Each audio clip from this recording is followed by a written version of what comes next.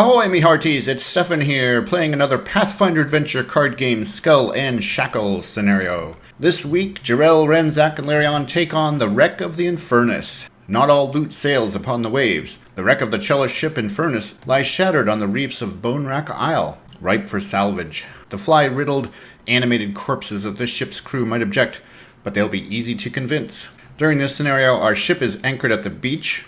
The villain is Arron Ivy. The henchmen are Botfly Swarms. During this scenario, all monsters gain the undead trait, immunity to the mental and poison traits, and the power, if undefeated, reset your hand and end your turn. When you defeat a Botfly Swarm, do not banish it. Instead, shuffle it into a random other location.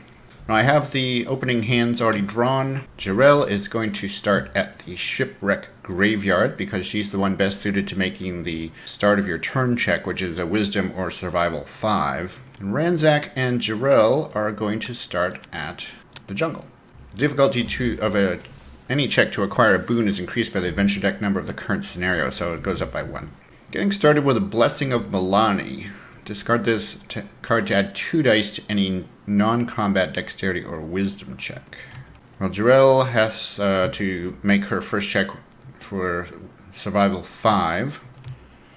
So that's a d8 plus 3 for her. She gets a 7, so she makes that check, and the ship takes no damage, and she explores. The item is a Tot Flask, Intelligence Craft 6. Well, she only has an intelligence of d4, so she cannot acquire that without a blessing. And I don't think we really care about it because Ranzak already has one. Jirelle will reset her hand and pass play to Ranzak. And he gets a Blessing of Gozra. Discard this card to add 2 dice to any check to close a location. Well, I don't think we'll be running into that right away. Well, maybe we will. He encounters the Botfly Swarm. The Botfly Swarm is immune to the mental, piercing, and slashing traits. If the check to defeat has the attack trait, add 1d8 to it. Well, that takes all the weapons out, because guns and swords are either piercing or slashing. But Ranzak has in his hand a Noxious Bomb, which does have the attack trait. For your combat check, banish this card to use your dexterity or range skill plus 2d6. You may additionally discard another card to add your craft skill. This would give him a d10 plus the d8 from the Botfly plus 2d6 from the Noxious Bomb to get a 12.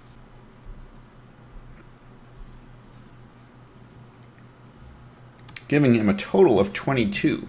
Easily defeats the Botfly. Now he needs to try to make the closing check. Succeed at a wisdom or survival check with the difficulty of 5 plus the adventure deck number of the current scenario, so it would actually be a 6. And for him, a wisdom survival is a d4 plus 3, so he could only just barely make a 6. But he does have a Blessing of the Gods, which he can use with Blessing of Gozra. Add 2 dice to any check to close a location. So he will do that, which means that now he is rolling 3d4 plus 3 to get a 6.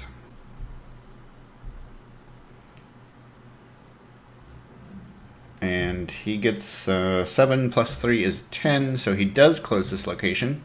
On closing, if more than one location is not permanently closed, shuffle a random barrier into each open location. Well, there are no locations closed aside from this one, so that means that every location gets a random barrier. We're going to shuffle the barriers deck, and these get dealt out, and then those locations will get shuffled.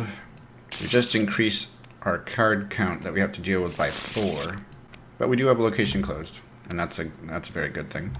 Now, the scenario says that when you defeat a Botfly Swarm, do not banish it. Instead, shuffle it into a random other location. There are 4 locations open, so we're going to roll a d8. It'll be a 1, 2, 3, 4, 5, 6, 7, 8. And we get a 1, so it goes to the beach. And that's the end of Ranzak's turn. Oh, well, this would be banished because he used that. Goes to Lirianne, who now needs to move because she's at an empty location, so she will move over to the mangrove swamp. During your exploration, if you defeat a Bane that has the aquatic trait, you may explore again. Well, Sea Hag has the aquatic trait. Sea Hag is a combat 11. Before you act, succeed at an arcane or divine 8 check where you may not play spells that have the attack trait. And she does have a musket.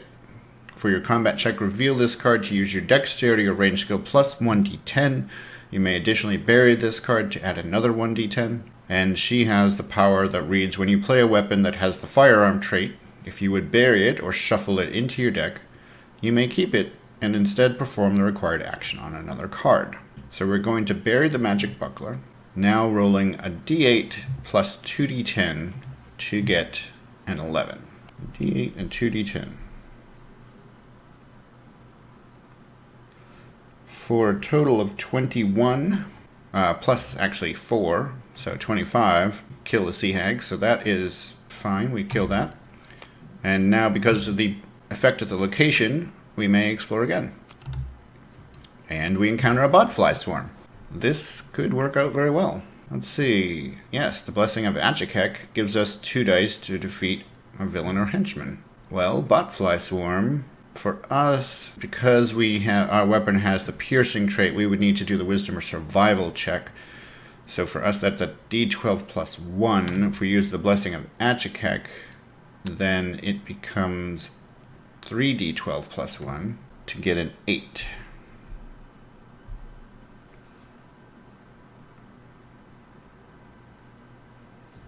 And we get a total of 28, so that is defeated. When closing, succeeded a Constitution or Fortitude 6 check. Well, that's not as good because we only have a d6 plus 1. We do have a Blessing of Abadar, though, and we will use that to give us another die, so it's 2d6 plus 1 to get a 6. And we get a 9 total, so we do close this location. There's no effect when closed, so this deck goes away, and I forgot to put the other one away. Well, that is 2 locations closed, and we haven't even gone to the second round of play. Now the effect for the scenario comes into play, so the Botfly is going to escape to either the beach, the shipwreck graveyard, or the rocky cliff. So we'll roll a d6, and we get a 4, which means that it will go here to the shipwreck graveyard, where Jirelle is. And that is the end of Lirianne's turn. Pass play to Jirelle, who needs to make the survival 5 check. So d8 plus 3. And she gets 3 plus 3 is 6, so she makes the check. She will explore. And she gets treasure hunt. Intelligence knowledge 7. Difficulty to defeat the barrier is increased by the adventure deck number of the current scenario, so it's actually an 8. Each character may attempt a check to defeat this barrier. Each character may recharge any number of allies. For each ally recharged, add 1d4 to that character's check. Each character that succeeds may add a random item from the box to their hand, then banish this barrier. Well, she has 2 allies, but her intelligence is only a d4. So if she recharges both allies, that gets her 3d4 to get an 8. It was moved very strangely, but we did make the check, so we're going to shuffle the items deck. And she gets a Ring of Beasts. Reveal this card to add 1d6 to your check against a card with the animal trait. Interesting. Ranzak also has an intelligence of d4. He does have an ally in hand, giving him 2d4, but that's pretty low chance to get this, so he's going to keep the ally. Lirianne has an intelligence of d6, and she has a single ally. She will recharge to see if she can make the check. For her, it is a d6 plus a d4. She gets a total of 7, which is not enough, so she doesn't get anything, and this card is banished. It's Jirelle's turn. She has no way to explore again, so she will reset. And we go to Ranzak, who now needs to choose a new location to move to. He will move to the Rocky Cliff. And on his first exploration, he encounters Bucket Brigade. Check to defeat Constitution Fortitude 6. You may recharge any number of allies. For each ally recharged, add 1d4 to your check to defeat this barrier. Each character at this location must succeed at a check to defeat this barrier or be dealt 2 fire damage. The barrier is defeated or undefeated based solely on your check. If undefeated, leave this barrier face up on the location deck. Characters at this location encounter this barrier as their first exploration each turn. If you start your turn at this location, your ship is dealt 1 structural damage. Although our ship is actually anchored over here, so I'm not sure that counts. Well, it's a Constitution Fortitude 6, which for him is a D12 plus 1. He is going to recharge Mogmerk for this, giving him a D12 plus a D4 plus 1.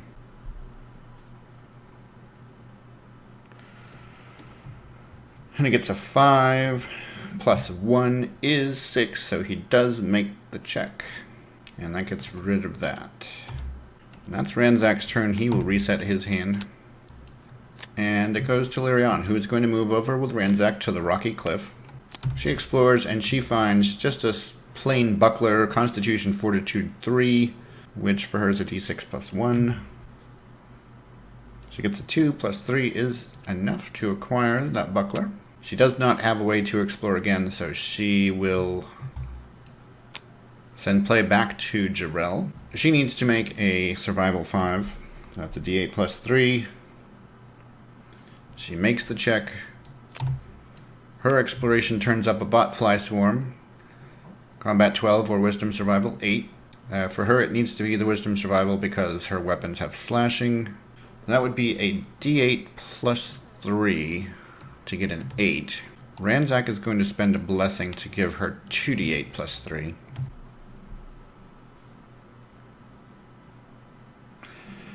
And she gets 15 plus 3 is more than enough to defeat the Botfly. When closing, roll on the plunder table, then summon and acquire a random card of that type. Alright, well the plunder table is a d6. And we get a 5, which is an ally. And the ally in question is Joseph Jack Scrimshaw, Charisma Diplomacy 6. We have a charisma of D8. We need to be able to close this, so she's going to spend her blessing. Now she has 2d8 to get a 6. She gets a 10, so she does acquire him. On closing, your ship is dealt 1d4 structural damage. Well, actually, we need to see if the villain could be here.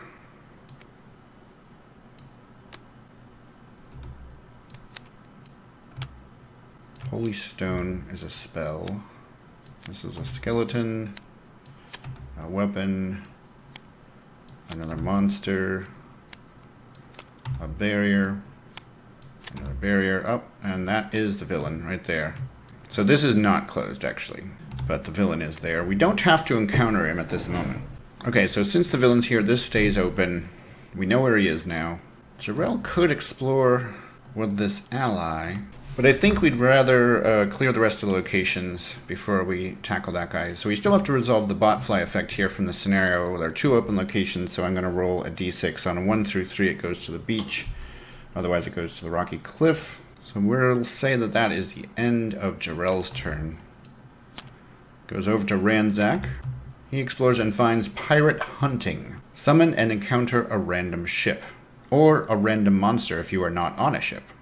If the summoned card is undefeated, leave this barrier face up on the location deck, and put the summoned card next to it. Characters at this location encounter the summoned card as their first exploration each turn. Well, we're not on the ship because remember the ship is anchored at the beach. So we will shuffle the monsters deck and encounter a random monster, which turns out to be a smuggler. Combat 9. Before you act, display a random card from your hand. If defeated, discard it. If undefeated, bury it. Well, we have 6 cards, so we'll roll a d6. And it is card number 4, which unfortunately is our harpoon. It doesn't say that we can't use it though, so we're still going to use this card. This is our best weapon, I think, at the moment. For your combat check, reveal this card to use your dexterity or range skill plus 1d6. Add another 1d8 if the Bane has the aquatic trait. If you fail a check to defeat a non-villain monster and you are proficient with weapons, you may put the monster on top of the location deck if it came from one. So that would be a d10 plus a d6. Yeah, we're going to use our dagger as well, so we'll discard this to get another d4. So it's going to be a d10, a d6, and a d4. Which gives us a total of 16. So the smuggler is defeated. If it's defeated, then we have to discard our weapon. Ranzak is going to use a combination of his Tot Flask and his Potion of Healing. Banish this card and choose a character at your location to shuffle 1d4 random cards from his discard pile into his hand. The Tot Flask says, when you would banish an item that has an alchemical or liquid trait for its power, reveal this card to bury that item instead of banishing it, so we'll do that. And that gives us a 1d4. We get 4. This is buried. We get all 4 of these cards back into our deck. And now we'll reset our hand. Play goes to Lirianne. She's going to use the ability that says, at the start of your turn, you may examine the top card of this location deck. If it's a boon, put it on the bottom of the deck. And it's not a boon, it's a Botfly Swarm. So that's what she would encounter anyway. Again, her weapons have the piercing trait, so she will have to use the wisdom survival check. For her, that's going to be a d12 plus 1, unless someone has a blessing. Ranzak has a blessing, which he will spend. So 2d12 plus 1 to get an 8.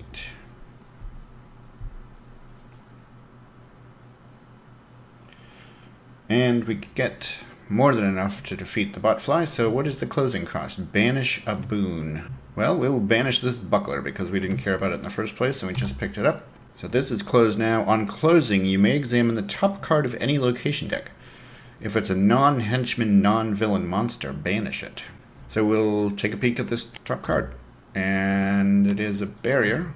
If it is a non-henchman, non-villain monster. Well, it's not a monster. And now the Botfly has 2 possible locations to go to, so we'll roll a d6. And, of course, he is going to go to the shipwreck graveyard. But that's okay. That doesn't really change things very much. Jirelle is going to move away from the shipwreck graveyard to the beach. She's not starting our turn here, so we don't have to worry about this. Drowning Spikes Trap. Dexterity disable 7. If undefeated, display this card next to your deck. You may not move or be moved while this barrier is next to your deck. While displayed, you may not move or be moved. At the start of each of your turns, succeed at a Dexterity, Acrobatics, or Strength 9 check to banish this card. At the end of each of your turns, bury the top card of your deck. Well, we'd like to beat this for sure.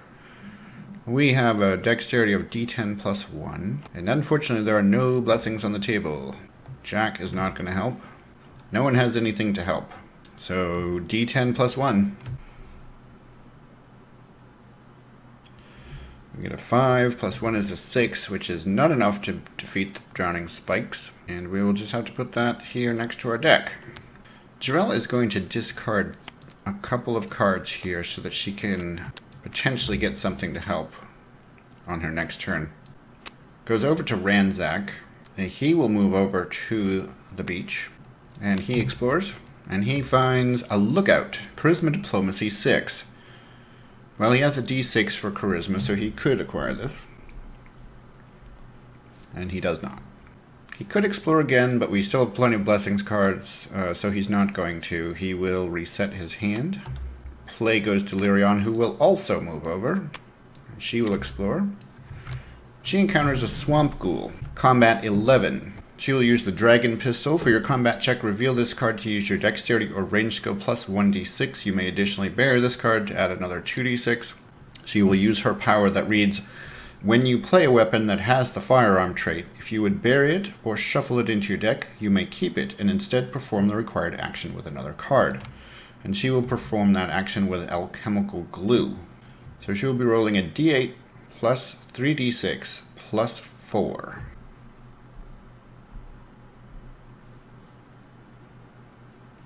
And we get some 1s there, but with the plus 4, that's 16. That is enough to defeat the swamp ghoul. She doesn't have a way to explore again, but we could use the ability on the ship, which is you may discard a card from the blessings deck to explore your location. Let's give that a go. We get Barroom Brawl. Strength, Melee, Dexterity 5. The difficulty to defeat this barrier is increased by the adventure deck number of the current scenario, so it's a 6. Each character at this location encounters this barrier. Each character that does not defeat the barrier is dealt 1 plus the adventure deck number, if any, in combat damage. If any character defeats the barrier, it is defeated. Well, Lirianne is the one who is encountering it at the moment, and she has a Dexterity D8 plus 1. And Ranzak is going to give her a Blessing of Pharasma, so now she has 2d8 plus 1 to get a 6. And she gets an 8 total. If any character defeats the barrier, it is defeated. It's defeated then. We shut down the brawl. So the other guys don't have to encounter it. Over to Jirelle, who now needs to deal with the drowning spikes trap. She must succeed at a dexterity, acrobatics, or strength 9. Oh, and she would have needed to bury the top card of her deck at the end of her previous turns. So let's do that. Recharge this card to add 1d4 and the swashbuckling trait to your check to acquire an ally or defeat a bane or a ship. Well, she will do that. And her acrobatics is a d10 plus 2. So d10 plus 2 plus d4 to get a 9. And she makes the check there, so this can go away. She encounters Masterwork Tools, Dexterity Disable 7. So d10 plus 1. She gets an 8, which is enough to acquire Masterwork Tools. She will discard him to explore again. And it is the Botfly Swarm. Wisdom Survival 8 for her, so that is going to be a d8 plus 3. I don't think there are any blessings out.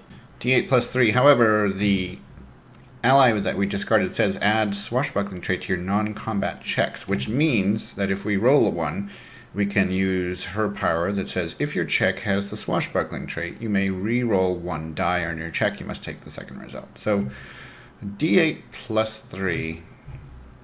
Let's see what we get. We get a 7, which is a 10, which means we do defeat the Botfly Swarm. Each character at this location must bury a card. That's a pretty heavy closing cost, but that's okay. That's what we're going to do. So, let's see. She'll bury the dagger. She'll bury the powder horn. And she will bury the Ring of Beasts. This is closed. On closing, you may shuffle an item from your discard pile into your deck. She does not have any items in her deck. The Botfly will escape to here. Jirelle will reset her hand. Play moves to Ranzak, who will move to this location but will not do anything. Lirianne will also move over to this location and reset her hand. And finally, Jirelle will move to this location, and she will explore. And it's the Botfly Swarm. That is a d8 plus 3. She will spend a blessing to beat that. So 2d8 plus 3. She gets a 7, so that's a 10, which means she does defeat the Botfly Swarm, which would give her the opportunity to close, or make the closing check. Even though we know the villain is here, we could at least get rid of the other Botfly. Roll in the plunder table, then summon and acquire a random card of that type. That's a d6. We get a 2, which is a spell. Intelligence, Arcane, Wisdom, Divine, 5. And she gets a 7, so she does acquire this. And that would close the location, so we need to search for the villain. There he is, but at least we get rid of the Botfly Swarm. And that is going to be the end of her turn, because she doesn't actually have a way to explore again. Over to Ranzak. He can encounter, and he'll just use his power. If there's another character at your location, you may evade a bane. A random other character at your location encounters it instead. We'll roll a d6. On 1 through 3, Jirelle gets it. On 4 through 6, Lirianne gets it. And it goes to Jirelle. So Jirelle now encounters Arron Ivy. Before you act, succeed at a Constitution or Fortitude 8 check, or the difficulty of checks to defeat is increased by 3. So that is a d6 plus 3 for her right now. Ranzak will give her a blessing. So it's 2d6 plus 3. She gets a 4, which is a 7 total, which is not enough. So that means, unfortunately, he goes up to a combat 14 and 16. Lirianne is going to take the first check. And she will use her Dragon Pistol. For your combat check, reveal this card to use your Dexterity or Range skill plus 1d6. You may additionally bury this card to add another 2d6. She's just straight up buried that one. So d8 plus 3d6 plus 4.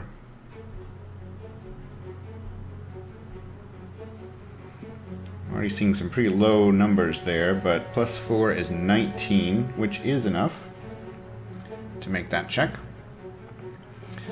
And now Jirelle has to make the second check.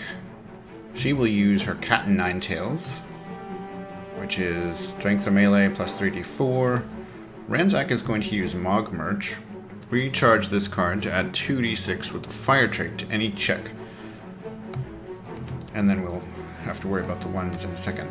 So d10 plus 2d6 plus 3d4 plus 3.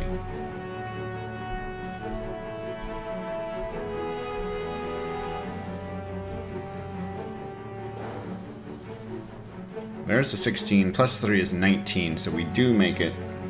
Now we have to see.